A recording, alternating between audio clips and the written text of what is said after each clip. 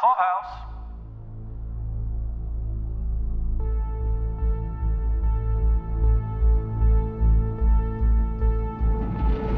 Welcome back to a galaxy far, far away for the How Uncivilized podcast. This is Mark with my friend. This is not Mark. This Maybe I'm you and you're me, Paul. Yeah. This is Paul with my friend Mark. How's it going, Mark?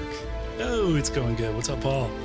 I'm ready to talk about the finale, the last 3 episodes of Andor. We'll be covering episodes 10, 11, and 12, and continue to digest more Star Wars content as we go along. We got Tales of the Jedi already. Bad Batch 2 shouldn't be too far off, and then Mandalorian will be here before we know it. One way out, Paul. Good One stuff, way out. man. Yeah, it's almost like the finale was great, but man, this 10 and 11, there was just lots of stuff there. It was a final trilogy. We sort of missed the pacing with our predictions in guessing that the prison break would occur later. But, you know, I'm okay with that. It was sort of unexpected that such a big climactic scene would occur at the beginning of one of these triads of episodes. I'm also glad we didn't spend too long in the prison. So let's run down how our characters went through these final 3 episodes. And what are the big things that happened with them and with Andor? Because, you know, it's the name of the show. So he's got the biggest, most important story. Or does he? Let's go with Mon Mothma first. I think we were getting some of our predictions right with Mon Mothma and maybe needing to find a balance of sacrificing her moral convictions for the greater cause here. She did her due diligence with trying to find other ways to deal with the money. But were you surprised that her daughter and her potential betrothal became fair game in order to figure out how to get money to the Alliance? Yeah, I was a little surprised that you would just sell out your firstborn and whatnot. Well, you know, they haven't been getting along. And yeah, she's like, she's a brat anyway. Yeah. But I do think that was so cool that she figured out the gambling problem solution. I don't know about you, but when I first was like, wait, she did that on purpose? I was, you know, it was sophisticated and it was very clever. And I thought that was good writing as well. You know, we had predicted maybe she would go off planet and fully go, you know, join the rebels 100%. And I think, like you said, we were wrong on that. But by the end of the season, she's probably has a stronger resolve and has figured out a way to survive in the new threatening environment she lives. Well, and with the husband, Perrin, you know, we've never been team Perrin. And like you mentioned, allowing the driver to listen in on the conversation about the gambling and all that, that does serve as like a pretty useful diversion, right, from what she's actually doing if she can cast some suspicion on him. I mean, I think we might have joked about the idea that she might need to sell him out or abandon him in some way in order to further her own cause. I would predict that we're going to see, when the time comes that she flees Coruscant, her plan is to take her daughter with her, and that then gets her out of the betrothal. So I think she's probably thinking of it that way. You know, it's like a temporary solution. That's what the best kind of survivalists in these stories do, is they make the deal that gets them as far as they need to get, and then, you know, if they have to weasel out of it later, then they figure that out later. Sometimes, though, you get a red wedding. You get all messed up for running your show like that. However, we know Mon Mothma does wind up leading the Alliance later. We don't know the status of her family at that point. The daughter, though, appears to be a very traditional Chandrilan person. And although Mon Mothma may think that she wants to run off with the daughter at some point, which is a valid prediction, the daughter herself might not want to. If Davos Golden's son is charming or he likes her, it may be one of those things where she's like, okay, get in the car. And she's like, I'm not getting in the car. Exactly. Like the end of the Future Americans, conflict. right? Not the... Spoiler alert. But yeah. Good call.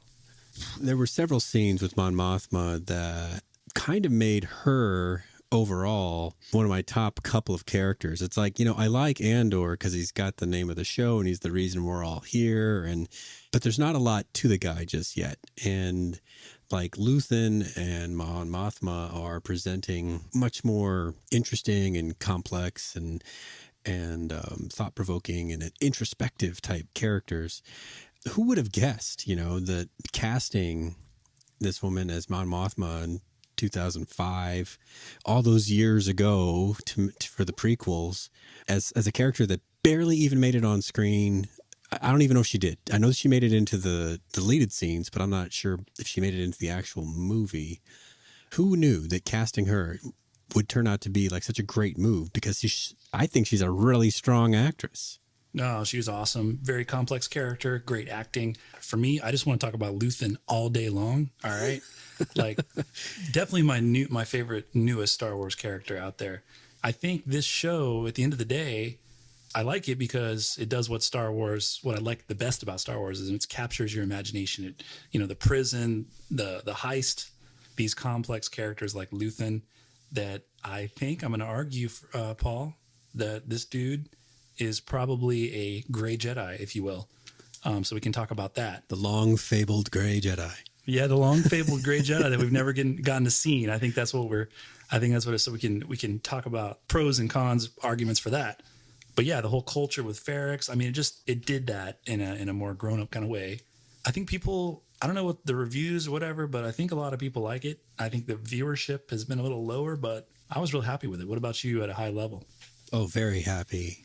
I was thinking about this the other day, and it's like The Mandalorian fills the childlike wonder that I have in me that still draws me to Star Wars.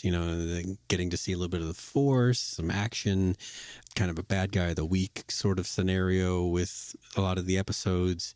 And it fulfills that need. But there's still the adult fan that still comes back to Star Wars and wishes a lot of times, particularly with the movies, that my adult sensibilities were addressed, kind of like they were in Rogue One. Yeah, I think the expectation for the show was, okay, it's going to be backstory to Rogue One. It's going to make that better. It's going to make that whole story better. But we didn't probably expect it to make all of Star Wars better. And, kind of really told us telling the story of the early inner workings of the rebellion and a lot of the dark underbelly of that. So that's, I don't know that we expected that. I was only expecting Andor's story. I was not really expecting such a deep dive into the compromises that had to be made by these major characters in order to make the alliance come to be.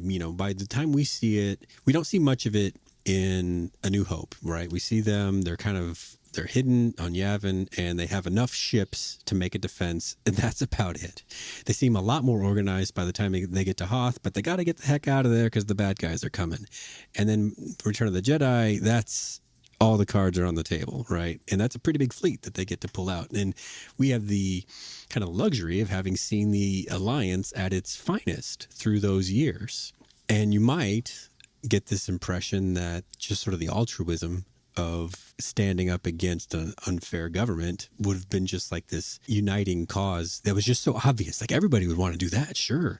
But here we're seeing it's quite a bit harder than that to get people to act. And the people in charge needed to, as we're seeing with like Mon Mothma, rationalize what they want and what they're willing to sacrifice. And as like Luthen points out when he's talking to Lonnie, he's sacrificed everything. That was so powerful and awesome. We'll come back to that. But yeah, I think this show did a lot of that, of pontificating. I think in the season finale, there was a whole lot of this, the nature of the light and the dark and the rebels and the Empire, with Nemik's manifesto, talking about control being unnatural, kind of like the dark side. You were talking about the nature of the rebellion, the spontaneous kind of emergence he talked a lot about. And then I guess Andor kind of had a flashback to Clem, and he kind of made a similar point.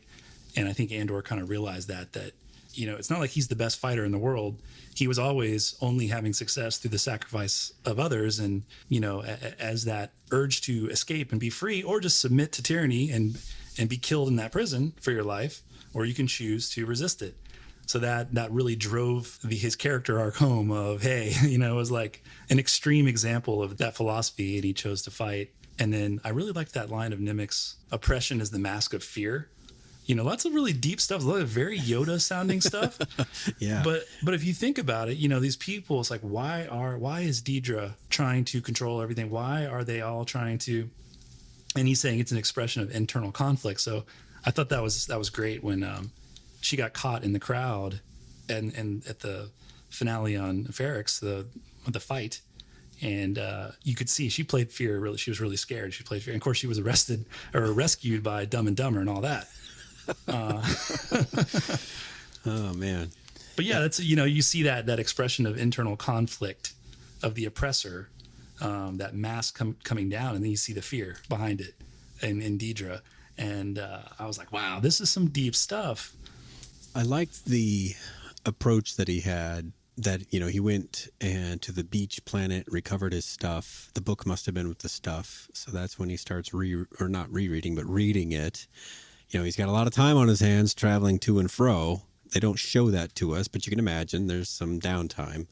And so he's starting to internalize the words, and it may not mean much yet, but, it means more than it did, because he's gone through the whole switcheroo on the sentencing aspect of being an inmate with the Empire.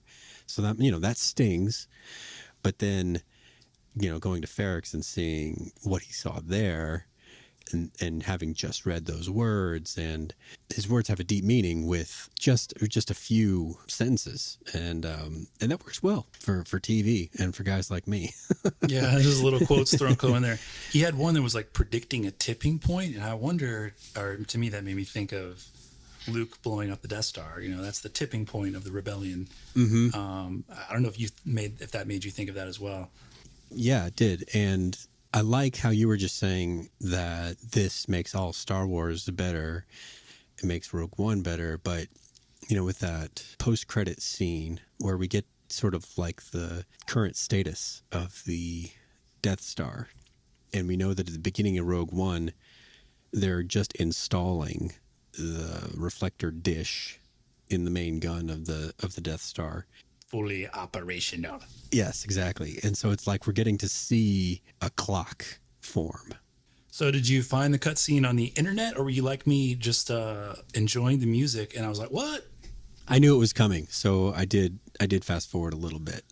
I mean, I don't want to shortchange the music. The composer has done a phenomenal job with the music. And it is not classic John Williams score, but it is not any less of music because of it. It stands on its own as being great Star Wars music also. Yeah, this show was really well thought out, and that the finale with the music, it kind of had like an old circus carny vibe or something going on with and marching band. Yeah, I liked that music. It was beautiful. And then I didn't catch this, but someone else pointed out every episode, the music was kind of different, but it all kind of was related to that final funeral music. Oh yeah, every time the Andor thing like flipped down, it was different. It was like the same theme, but it was presented differently. Whether it was like horns or like techno, or it was different every time. But the funeral dirge, I also wanted to discuss while we're on the topic of music, is like that band. I think it's totally symbolic of the rebellion. They don't get together much, because, they're just a volunteer funeral company band. And so they don't practice together much. And so, when they start to play, they're all kind of going in the same direction. They're all kind of playing the same music, but they're out of tune and it doesn't sound that great. But they're getting there. You understand what they're doing. The music, it comes across, especially at the point when they go kind of double time. Later, when they get closer to the stone placement, the music actually kind of clicks over, and it not only gets faster, but it seems to get better too. And I think that's maybe, if we're talking about tipping points, foreshadowing that kind of thing. All through the shitty volunteer funeral band.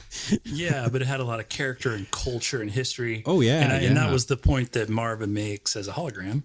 which was cool. The idea of, speaking at your own funeral, I guess, just saying that the Empire kind of erases you, it turns you into a robotic brick in the wall type thing. And it's erasing Ferrex and its culture. And, she referenced the wound that won't heal, presumably in the center of the galaxy, presumably Order 66, or just the formation of the Empire, and that they thrive in darkness, and then fight. And then you have the big fight. That was cool. Big riot scene. I kind of thought that the Empire would step in as the seditious stuff was coming out of Marva's recording a little earlier than they did. They actually get to the point where she's like telling them to fight with her. Okay, cut this off.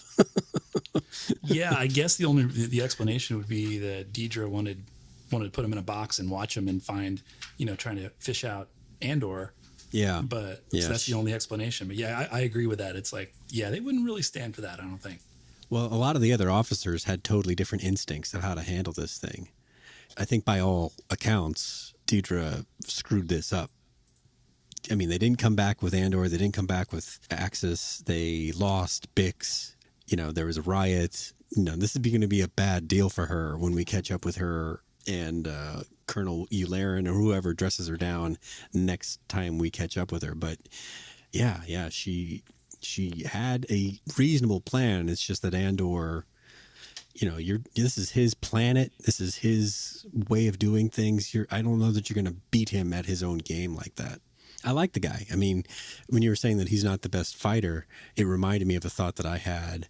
Like, he's definitely not. He's not the best anything. He's just okay at a lot of things. And he never loses track of the stakes. Just like the very first discussion we had about Andor and him needing to put down those guards that were hassling him on Morlana in the first episode, realizing that things had gone kind of south with the first guard. So he needed to take out the second one because he couldn't have a witness, and him being very decisive about it. Like when he's breaking into the hotel and he gets into the scuffle with the one guard that Deidre left because she called everybody else outside, and he gets him down on the ground, and it's not like he wants this guy coming back, so he puts the gun on his chest and fires straight into him. That's not a very Star Wars-y move. Usually it's just like, well, he's knocked out. I guess we just move on to the next fight. Not Andor. No, he knows what's at stake here. It's interesting. They really built his character up. I mean, he's really smart and hyper observant. And I liked how, he calculated that only Kino in the prison could really make this happen. Like, he's probably calculating, okay, what's the odds we can actually escape? He's like, I can't rally these people to get the numbers we need to do it. And so, that's why he worked on him so much to convince him. And of course, Andy Serkis was just great. And he's a completely different type of character, very emotional, very intense. Yeah. And, both of them, it was really fun scenes because they're both good actors. And Kino never really acknowledged Andor and was like, okay, we're doing this, until right before it was going down. And he was walking. I don't know if you noticed that moment he walks by and he goes one way out, and it was like, okay, he's on board. It's go time. And that actor, he does fear very well. It kind of reminded me of Harrison Ford, who was always recognized for his ability to play fear. Like when he gets scared, you could really see it. And I think he talks about in interviews, you don't see enough of that. Like actors are like, oh yeah, I've got this covered, and he's like, And then of course they had the callback to the boring conversation anyway, Mike, from, did you notice that one? Yeah.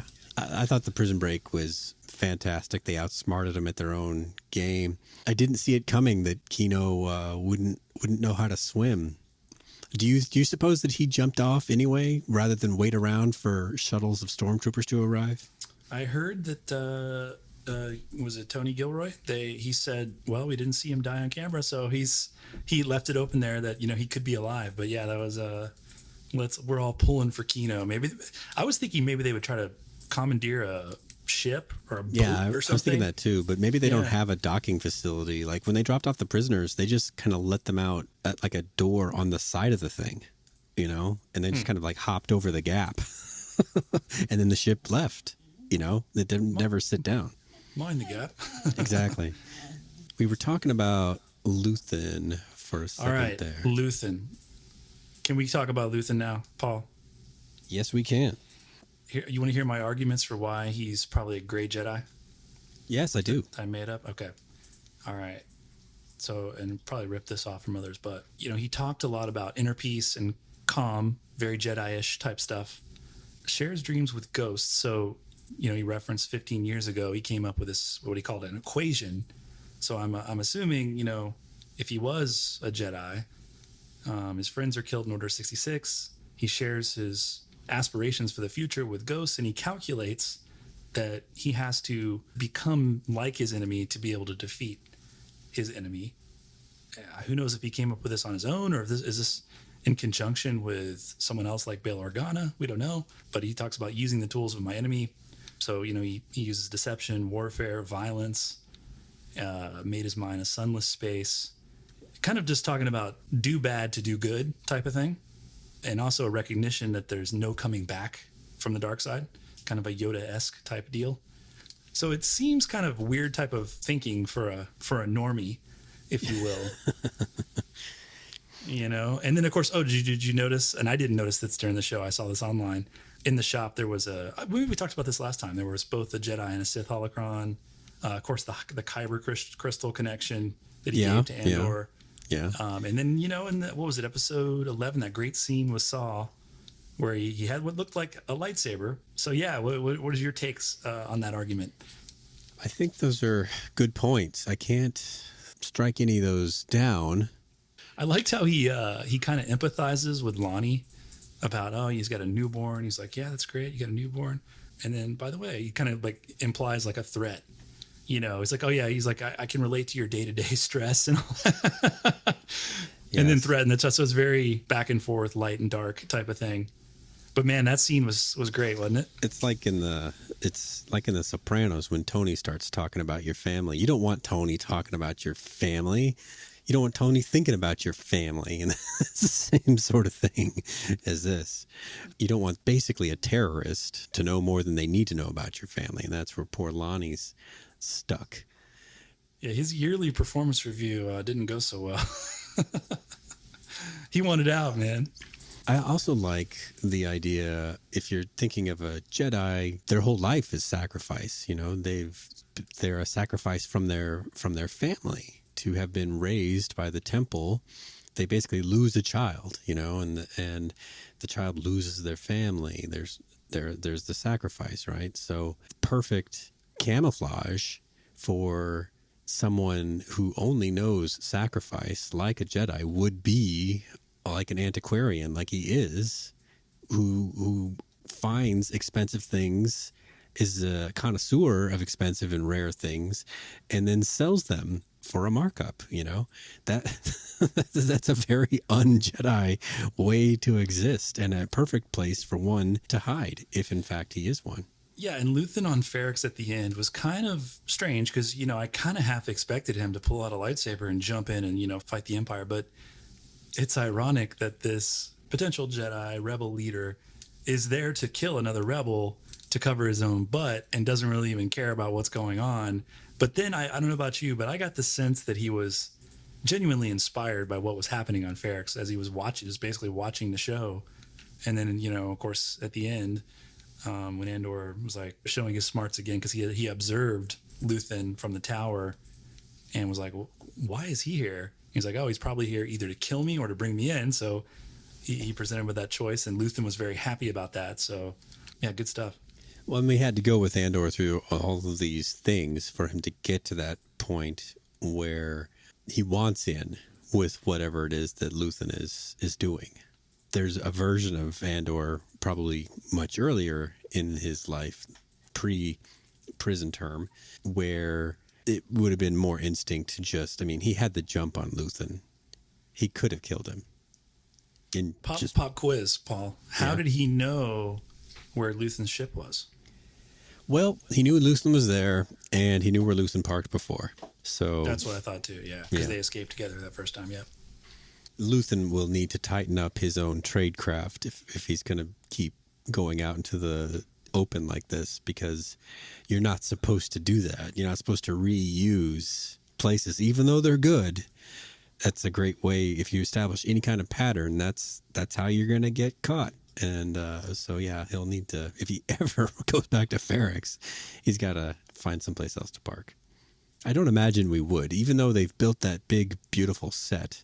I think our story's done there. You know, Brasso left and Bix left and B left. So I think we're done on Ferrix. Oh, yeah, for sure. Another bit on Luthen, the way he handled his ship versus that small cruiser, the Arrestor class, I guess it was, that was great stuff. That was really Star Wars-y, like, how come we haven't seen someone try that trick before? It makes perfect sense, actually. Oh, that was the coolest space fight sequence we've seen in a long time. And just the whole, I liked the technicals of it. It's like, oh, you gotta go try to go faster out of the tractor beam so that when you release the countermeasures, it probably has more force and is able to mess up their ship. And just his deception on display as he kind of socially hacks them while he's preparing to kill him. And I love that little Flight of the Navigator droid. You know, if you want to look for reasons why they're showing us that Luthen is a Jedi, then those twin beams that come out of the side of his ship when he's doing that roll where he just like cuts the TIE fighters in half, those look pretty lightsabery. Yeah, I guess maybe you could say his lightsabers. Kyber crystal that he had was possibly to fuel for those things. Well, and it's a very Jedi kind of thing, cutting things in half, as opposed to poking holes in them. So, yeah. I don't know, maybe, because like in the game, Jedi Fallen Order? What was it? Yeah, Fallen Order, exactly. Mm-hmm. There's the Jedi mentor that you meet that has turned herself off from the Force. So it's so that she can't be felt, but in exchange, she's just like everybody else. She can't access it either. And so that's sort of established that's something that a Jedi can do. What about the decision point to leave the fate of Krieger up to Saw Gerrera? Wasn't that scene so great? I mean, just like I love that because he knows Saw is kind of a little off his rocker, and he starts getting paranoid. He's like, "Hey, concentrate, listen to me," you know. And he like pulls a gun, like just to capture his attention and make his point quickly. I just thought that was amazing, really good stuff. But yeah, I think I liked how he was thinking it through in real time, and probably like, "Oh, should I tell Saw this? Probably shouldn't. Okay, I'm going to tell to him. Fine. Okay, well, I guess it's up to you. You know." I guess he's really quick on his feet, and he figured, well, I guess if Saw enters the picture, we could probably win. So up to you. If you want to go for it. That's what I was thinking. Like he, at a certain point, some of these people are not interchangeable. You need some more than you need others. And at that second, he had to pick, and he went with Saw. Call it war. Yeah. And he had to bet that Saw would see that and not sell him out, not kill him on the spot, side with him in the future, a lot of things. You know, it was a pretty big moment. And, you know, Forrest Whitaker always does a great job. It's interesting to see that younger version of Saw than we got in Rogue One. Yeah, there's also the calculation that, you know, they would be second guessing if they don't get that win. But if they get that win, they're going to be even more cocky and not suspecting anything. So there was a lot of thought that went into that. It's very, you know, devious shit. You know, when you look at, say, the thinking that had to go into intel received in the real world, our world, during World War II with like the Enigma devices, whenever they would capture one of those things from the Nazis, they would be able to break codes for some amount of time before they got figured out and the code got replaced. But the Allies would need to decide what intel they wanted to take advantage of, because once they did, they might get found out that they had broken the code, you know? Right. Yep. So is it better just to keep getting all these like small victories, or do you need to, unfortunately, let your guys die so that you can get the bigger score later? Yeah, what a crazy calculation. Yeah, I mean, I am glad I am nowhere near that kind of decision making. Fubar stuff. But Luthen's there and he's ready to do it, and it's why he is a very compelling character and why they got such a powerful actor to play him. Yeah, I mean, you might be able to think of a few other guys that could have done it, but he brings the necessary bearing and gravity to everything that he does. He's got the gravelly voice. He's kind of a bigger guy on screen. Everything that he's doing with Luthen works for me. Yeah, he was rocking the Sith cape type deal when he met with Lonnie. I was like, cut that guy a check. Let's get him paid for next season. All right, he can't go anywhere. Shoot, give him his own show. All right, after this one, the Luthen show, Luthen and the Fondor. Oh, there you go. Yeah. So while we're talking about the person looking for Luthen, it's Dedra Meero, the ISB agent that is super ambitious. She might have been actually the reason she got her or created this plan that didn't work out on Ferrix, is maybe she is starting to feel that inherent arrogance that always goes along with Imperial leadership in Star Wars. There's very few Imperial leaders that we ever meet that are just efficiently doing their job well. Right or wrong, whether you agree with their politics or not, they're still actually just good at doing their job. We don't see a lot of those Imperials. We usually see people that wind up kind of pompous and full of themselves. And maybe that's where she's getting, with her approach to Cyril, for instance, or her approach on Ferrix. Yeah, then they're all trying to one up each other to gain favor up the chain. So I think maybe, we had an allusion to that, like watch your back. It's like, you're climbing a ladder, but watch your back. I think now, like you mentioned earlier, that was a defeat on Ferrix. They didn't get access. They didn't, it was kind of a total fail. And then there's no sign of an organized rebellion since they gave up Krieger and wiped the bad taste from Palp's mouth. Right. As it were. So yeah, maybe she'll be knocked back a peg here in the beginning of season 2, and she'll be like, have this wild conspiracy about a rebel that no one in the Empire really believes. Well, you don't get to fail long under ISB control. You don't even get to really have fallen behind on your reports for a meeting before they take your planets away from you and give them to somebody else. So this would be a pretty major failure for her. And she surprised me all season long, actually. I mean, when I saw her at first and she was still trying to make her reputation and herself known to her superiors, I was thinking maybe there's some chance that she could go either way. But her actions as she went more and more through the season told me that no, she is hardcore, especially when she gets to Dr. Gorst and the treatment of Bix. Torture is something that's been around in several Star Wars movies, but still, this maybe it's because she's a woman, but we haven't seen exactly that woman to woman sort of thing before in Star Wars. Maybe that's what's leaving an extra yucky taste in my mouth for Dedra. But she's smart. She keeps insisting that we try to get living hostages. She's upset with the Krieger raid because we didn't get living hostages there. She wants Andor taken alive, which is why she's demanded on this certain kind of approach to capturing him rather than just, nailing him from afar with a sniper. What do you suppose is going on with her and Cyril Karn? He kind of had like a sociopathic thing going where he wasn't scared at all, even though there was all this violence. But she was, as we talked about before, super afraid. And then he kind of did his thing. But I think she's going to just realize that he's like her puppy dog. She could put him in play. She can put him on the chessboard.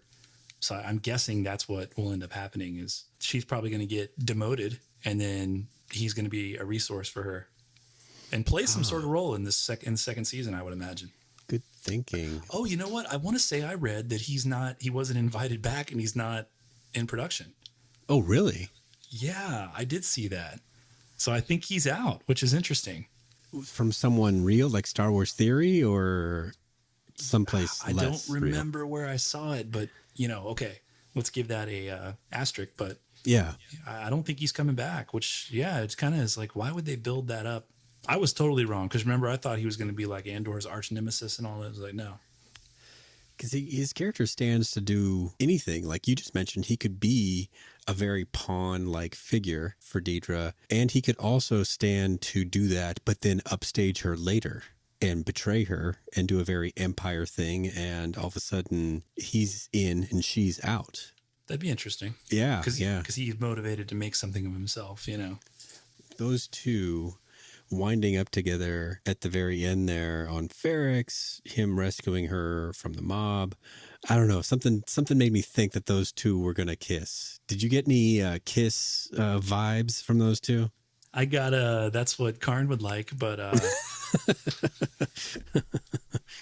she seemed utterly confused by the idea that this might be a kissing moment. She just seemed really freaked out by what had happened. I think she was just, I guess, a thank you's in order, Yeah. You ever play Battlefront on Xbox or computer or any of that? I think the OG a long time ago.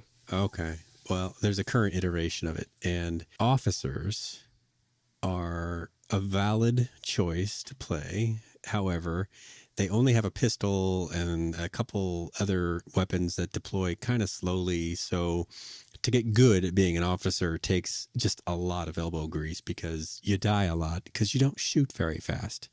And that display of hers was just like, oh my God, when she tries to pull her pistol out and it gets like slapped out of her hand, like first thing. Oh my God. I was just thinking to myself, if we were playing like a game, this would have been like rolling a 1. Noob alert. Exactly. You drop your gun and it gets kicked under the mob, is what the game master would say. If I had to predict for her, I think she's going to get slapped down and feel even more like she needs to prove herself. That might make her more dangerous for our guy, Andor. Let's talk about Andor. Yeah, the events of the prison break and pretty much even the following episode. Yes, Andor does a lot of stuff, but it's not. It gets kind of summed up with, he escapes from prison and gets off the planet.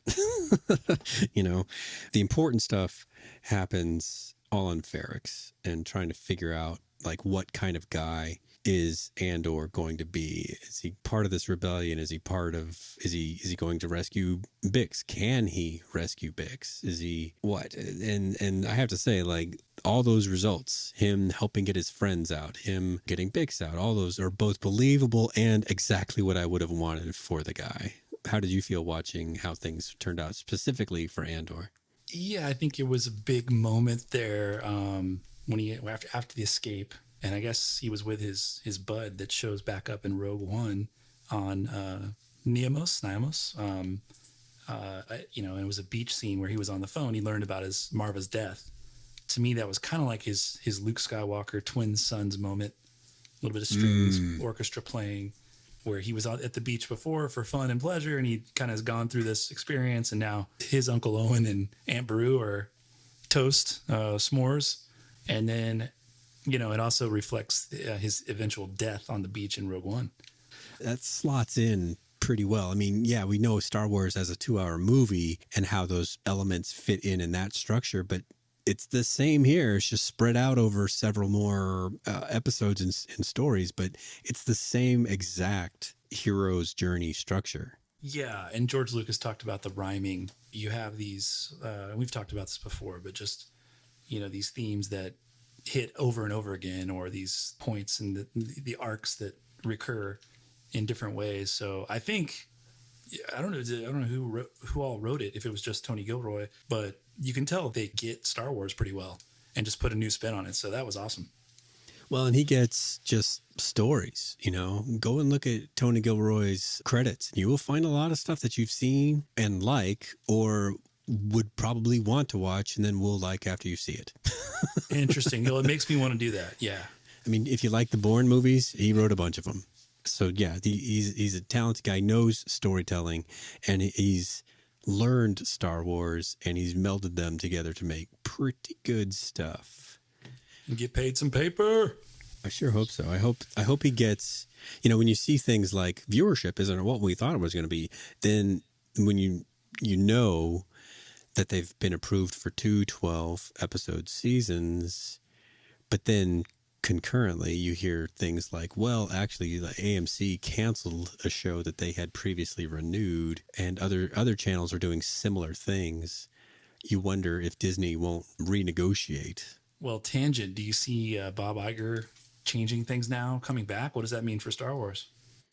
Well, I mean, a lot of Disney Star Wars was made under his watch. It's really the last 3 years that caused the investors and the board at Disney to toss out Chapek, right?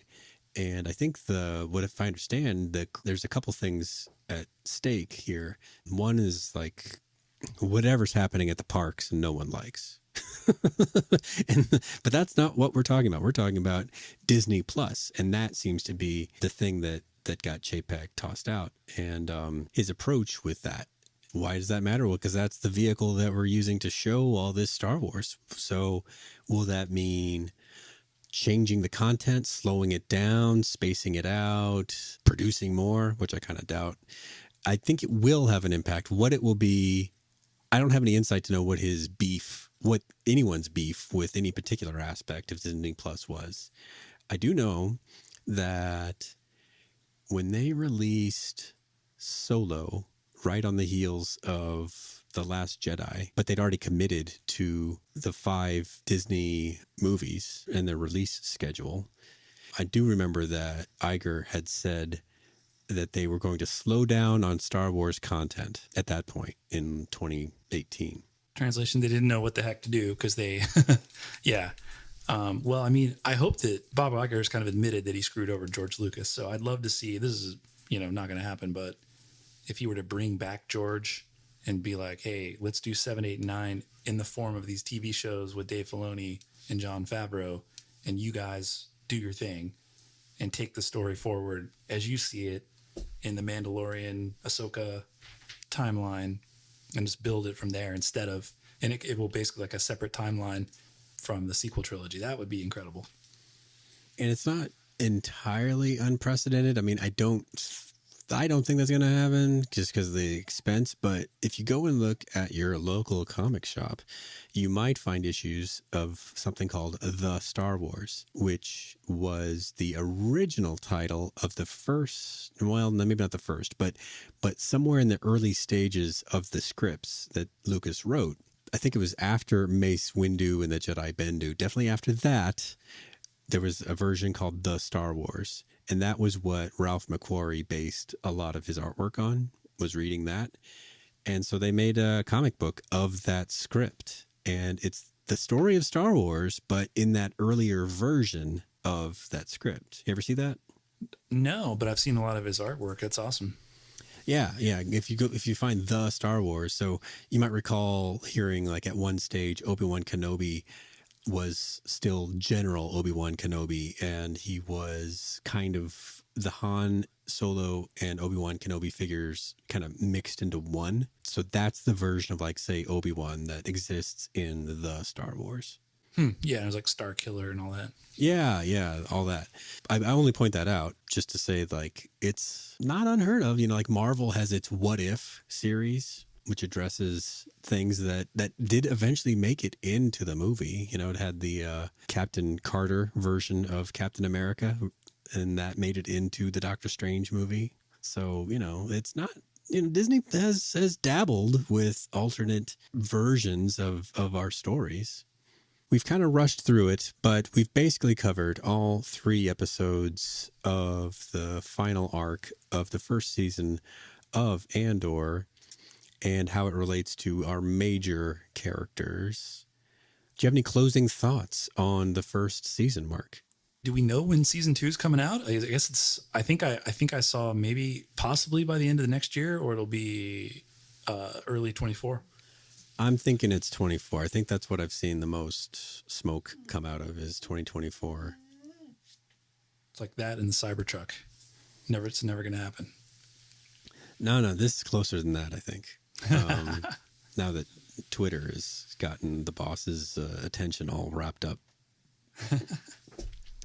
But yeah, so we've got this. We got, like I said earlier, there's Bad Batch coming out relatively soon. Then Mandalorian. I think Ahsoka is probably the next one that's closest to being ready. Yeah. I think that's right. And there's that skeleton crew, I think it is. I don't know if that's end of next year or... Things keep changing the further you go out, for sure. And like you mentioned with Iger's rehiring, you may get another shuffle or spreading things out. Yeah, I could see where things get kind of smooshed out a little bit. But on the other hand, you know, they need to balance all of their properties and put things out at a pace that keeps people subscribed. You know, not so they just enroll for a month and then watch everything and then leave. They don't want people to do that. They want people to be like, well, so many things are coming out next month, I might as well stick around. Right now, they don't necessarily do that. Yeah, their pace is a little slower than that, so they got to catch up. Produce more content, man. They got the volume. Let's go. Well, or maybe they need to expand what they're doing with maybe some of their other properties. Right now, it's pretty much Star Wars and Marvel that buoy up, I think, what people come to Disney Plus to watch. Yeah, and if they rush it and they put out bad content, then you have a risk of screwing up the franchise. Exactly. I mean, I don't know if you spent any time watching She-Hulk, but let me just save you the time. Don't bother. You'll have more fun watching a lot of other things. And that's, I think, one of those problems that maybe was held against Chapek was like maybe he sat on Feige to be like, crank it out, Kev. And so they need to loosen up from the original vision of what they want to do so that you can let crap sneak in. And you start with WandaVision. Everybody loves WandaVision. Then you wind up with She-Hulk, and it's more divided on who likes She-Hulk. Star Wars hasn't been quite as fertile territory, I guess, for Disney to crank things out as quickly. However, you know, you do see varying levels of quality. I think Andor is tops. And people will say Mandalorian. I'm saying Andor, you know, in terms of just like production quality and story and fitting into the universe and telling us the story that we wanted to know and all that. Mandalorian second, but then like when you say look at Boba Fett, I liked Boba Fett, but there's lots of parts of it that I'm like, that was so not done great. I mean, if you tell me the story of the book of Boba Fett, I'd be like, that's a great story. Yeah, he learned from the Tusken Raiders. He befriended them. He led their tribe on a raid on a train, and he built up his little army. But when you see how they decided to present it and some of the corniness that was built into it, you're like, oh man, that's not great. Whatever. Yeah, but it's cool. I mean, I don't hate it. I like it, but yeah. It's just like you said. It's the more very George Lucas-y Star Wars, which we all know and love, and it's building on that. It kind of has that same style, that aesthetic, and then this Rogue One really as a movie, and then this show have a little darker, a little bit more of a nuts and bolts, feet on the ground type of approach, and let's keep going with both those tracks. Yeah, they feed both sides of what I want out of Star Wars, but my message would be don't abandon this side. Once Andor's done, keep feeding the adult Star Wars fans too. Basically make like Westworld and Star Wars or something like that. We will watch like Canto Bight Nights, right? Oh yeah. See, they referenced my favorite all-time Star Wars scene right there ever. I'm getting sarcasm. A little sarcasm dripping through the mic there. Oh, you mean the scene they could have cut out of that movie completely and it would have been a better movie for it? That scene? Ooh, it would be a short movie if they cut. Oh, never mind. All right, Mark. Well, thanks for joining me on this final episode of the first season of Andor. And I would look forward to talking more Star Wars with you in the future as more stuff comes out if you're game. Likewise, Paul. Enjoyed it. It's been fun. All right, Mark. If people want to find you on the interweb and harass you, where would they look? Jiggy Nut on Elon Musk's Twitter. And I am Paul V. Daley or Pod Clubhouse. You can reach me either way. Please remember to rate, review, and subscribe to this podcast on iTunes, Spotify, or wherever you listen to podcasts so that other people and Star Wars fans can find it and enjoy it. Thanks a lot. Thank you for listening. This has been an original Pod Clubhouse production. Pod Clubhouse is a podcast network dedicated to encouraging collaboration among podcasters and friends to bring a fresh voice and diverse perspective on a wide array of content. Please visit and leave a comment for us at podclubhouse.com. Rate, review, and subscribe to our podcast feeds on Apple Podcasts.